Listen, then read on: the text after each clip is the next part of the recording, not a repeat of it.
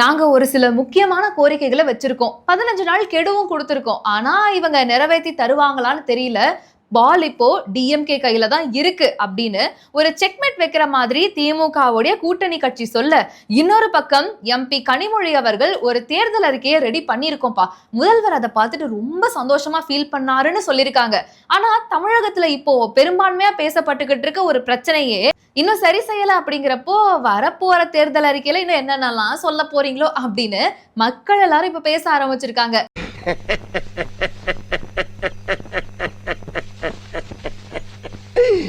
ஐயோ ஐயோ, என்ன நடக்குது டீடைலா பாத்துடலாமா? வணக்கம் and welcome to the show day today with me DD. இன்னைக்கு நாட்டுல என்ன நடக்குதுன்னு தெரிஞ்சுக்கலாமா?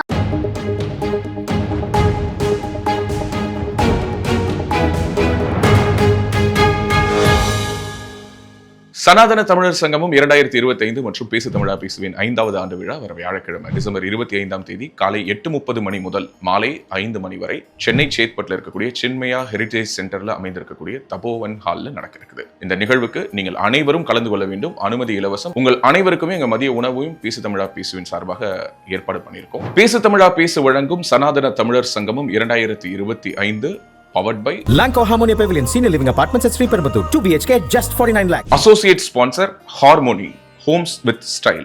Mobility partner B-Caps. Knowledge partner Swasam Padipagam. Health partner ஜோதி சித்தா மற்றும் யோகவர்ம மருத்துவமனை. மறந்துடாதீங்க, வர டிசம்பர் 25 வியாழக்கிழமை சென்னை சேத்பட்டில் இருக்கக்கூடிய சின்மயா ஹெரிடேஜ் சென்டர்ல அமைந்திருக்கக்கூடிய தபோவன் ஹால்ல காலை 8:30 மணி முதல் சனாதன தமிழர் சங்கமும் 2025 விமர்சையாக நடக்க இருக்குது. உங்களோட அன்போடும் ஆதரவோடும்.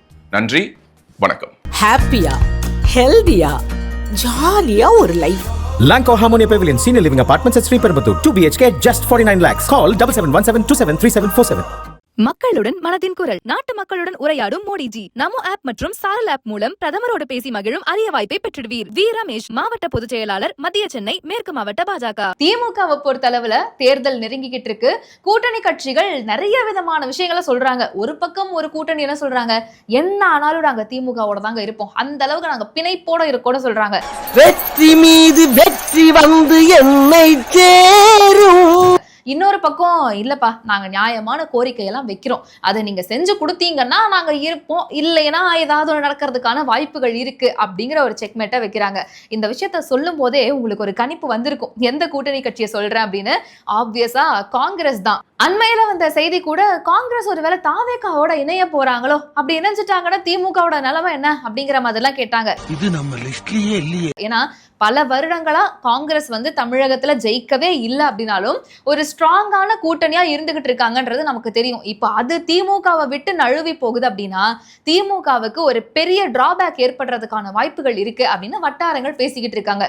இப்ப இதை உறுதிப்படுத்துற மாதிரி தான் ஒரு விஷயம் நடந்திருக்கு. என்ன அப்படின்னா, தமிழக காங்கிரசினுடைய மேலிட பொறுப்பாளர் திரு கிரீஷ் ஷோடங்கர் அவர்கள் ஒரு சில விஷயங்களை குறிப்பிட்டிருக்காரு. என்ன அப்படின்னா, சென்னையில இருக்கக்கூடிய திமுகவினுடைய அந்த தலைமை அலுவலகம் அறிவாலயத்துல காங்கிரஸ் சேர்ந்த ஒரு 5 பேர் கொண்ட குழு முதல்வர் மு.க. ஸ்டாலின் அவர்களை சந்திச்சிருக்காங்க. ஒரு சில கோரிக்கைகளை வச்சிருக்காங்க. என்ன அப்படின்னா, வர தேர்தல்ல ஆட்சியில பங்கு, அதிக தொகுதிகள், ராஜ்யசபா சீட், இந்த 3 விஷயங்களையும் நீங்க கொடுக்குறீங்க அப்படின்னா கண்டிப்பா நம்ம கூட்டணி பலமா இருக்கும். உங்களுக்கு ஒரு 15 நாள் கெடு தரோம், அதுக்குள்ள நீங்க யோசிச்சு சொல்லுங்க அப்படிங்கிற ஒரு விஷயத்த பேசிட்டு வராங்க.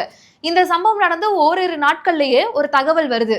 காங்கிரசினுடைய மேலிட நிர்வாகியும் ராகுல் காந்தி அவர்களின் நெருங்கிய நண்பருமான பிரவீன் சக்கரவர்த்தி அவர்கள் தாவேகா தலைவர் விஜய் அவர்களை சந்திச்சு பேசினாரு அப்படின்னு.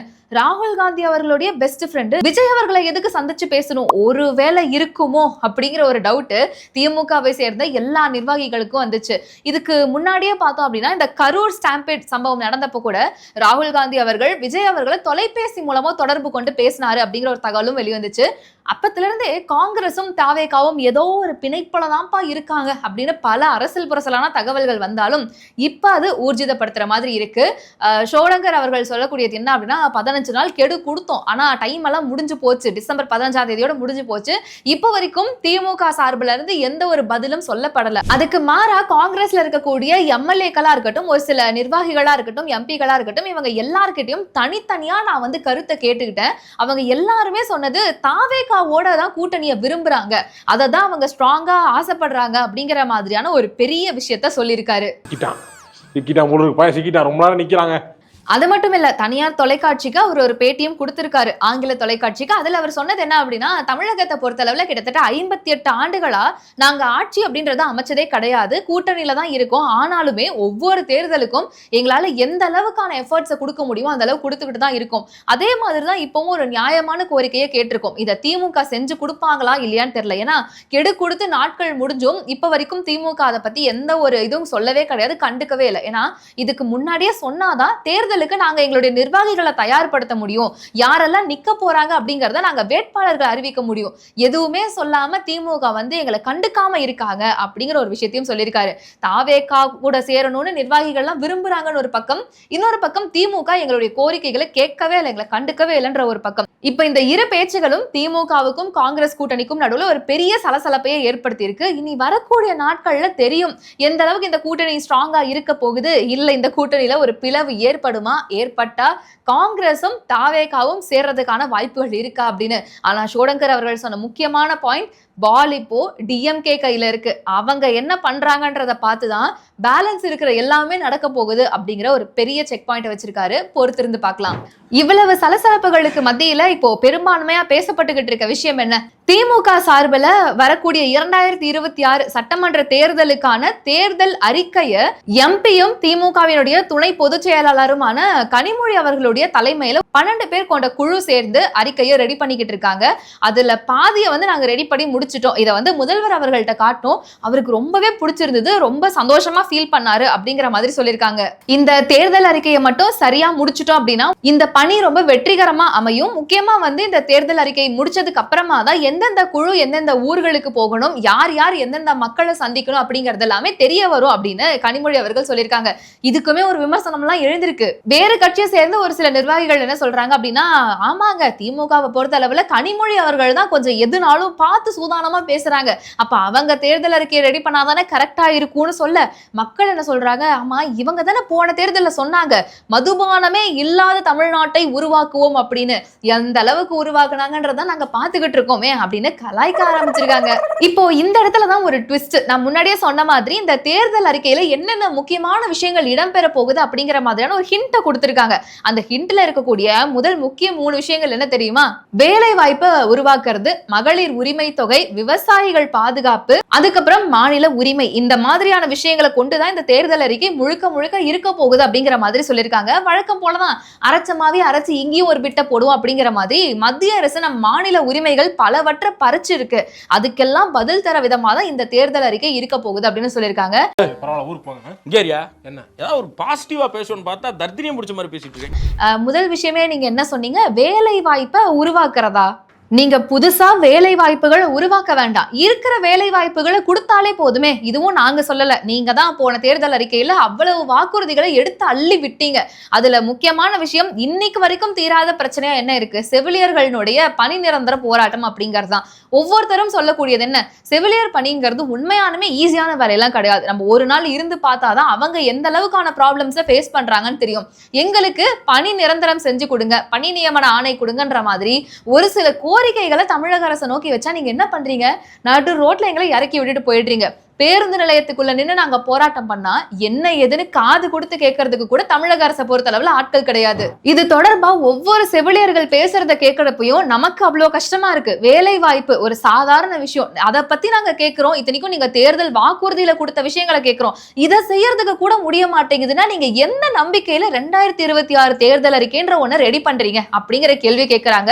4 மணிக்கு பப்ளிக்லாம் எங்களை பாத்திரக்கூடாது, எங்களோட போராட்டம் வெளியில தெரிஞ்சிடக்கூடாதுன்னு அடக்குமுறையோட உச்சபட்சமா 4 மணிக்கு எங்க எல்லாரையும் திரும்பி அரெஸ்ட் பண்ணாங்க. நாங்க அந்த கைதுக்கு ஒத்துழைப்பு கொடுத்து 2 பேரா நாங்களா போய் வேன்ல ஏறி கூட இவங்க கூட நாங்க வந்தோம். எங்களை கொண்டு போய் ஊர் பக்கத்துல ஒரு மகால்ல அடைச்சாங்க. அங்கேயும் நாங்க காலையில இருந்து வெயிட் பண்ணோம், எங்களை யாரையுமே பார்க்க விடல. எந்த பிரஸ்ஸையோ எந்த பப்ளிக்கையோ வந்த எந்த ஒரு லீடர்ஸையும் எங்களை மீட் பண்ண விடாம நைட்டு 11 மணி வரைக்கும் எங்களை அடைச்சு வச்சிருந்து 11 மணிக்கு எல்லாரையும் வெளியில திறந்து விட்டு அந்த மண்டபம் ஓனரை கூப்பிட்டு மிரட்டி அந்த ஆள் வந்து லைட்டு ஃபேன் எல்லாத்தையும் ஆஃப் பண்ணி கேட்டை பூட்டி எங்க எல்லாரையும் கழுத்து பிடிச்சி வச்சு வெளியில தள்ளாங்க. நாங்க எல்லாரும் நைட்டு 12 மணி வரைக்கும் அந்த வெளியிலே உட்கார்ந்து இருந்தோம், எங்க போறதுன்னு தெரியாம. இது நடந்துகிட்டு இருக்க விஷயம். நடக்க போற விஷயம் என்ன அப்படின்னா, ஜனவரி 6ஆம் தேதியில இருந்து அரசு ஊழியர்களும் ஆசிரியர்களும் காலவரையற்ற உண்ணாவிரத போராட்டத்துல இருக்க போறாங்க அப்படிங்கிற மாதிரியான தகவல் வெளியாயிருக்கு. பழைய ஓய்வூதிய திட்டத்தை மீண்டும் கொண்டு வருவோம் அப்படின்னு 2021 திமுக தேர்தல் வாக்குறுதியா கொடுத்திருந்தாங்க. இந்த மாதிரி பல விஷயங்களை சொல்லியுமே திமுக செய்யவே இல்லை. இத பத்தி ஒவ்வொரு வாட்டியும் அரசு அதிகாரிகள் கிட்டையும் அந்த துறை சார்ந்த அமைச்சர்கள் கிட்டையும் எவ்வளவோ நாங்க முறையிட்டோம், அவங்க காது கொடுத்து கேட்கறதுக்கு ரெடியாவே இல்லை. அதனால நாங்க எல்லாரும் இப்ப உண்ணாவிரதத்துல இருக்க போறோம் அப்படிங்கிற மாதிரி சொல்லியிருக்காங்க. முக்கியமான ஒரு சில பணிகள் அப்படின்னு எடுத்துக்கிட்டோம்னாலே ஆசிரியர் பணி, செவிலியர்கள் பணி, தூய்மை பணியாளர்கள் அவங்களுடைய பணி அப்படிங்கிறது கடினமான வேலையா இருக்கு. ஏன்னா அவங்க அடுத்த ஒரு எதிர்காலத்தை நல்லபடியா கொண்டு போகணும்ன்றதுக்கான வேலையை செஞ்சுக்கிட்டு இருக்காங்க.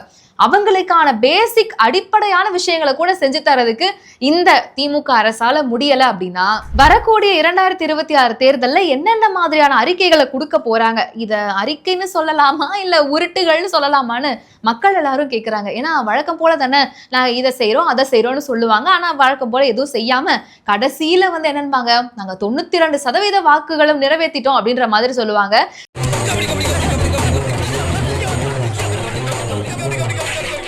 சோ என்னதான் சொல்ல போறாங்கன்றத நாங்களும் பொறுத்து இருந்துதான் பாக்குறோமே. இப்ப மக்கள் எல்லாம் இன்னும் தெளிவா இருக்காங்க.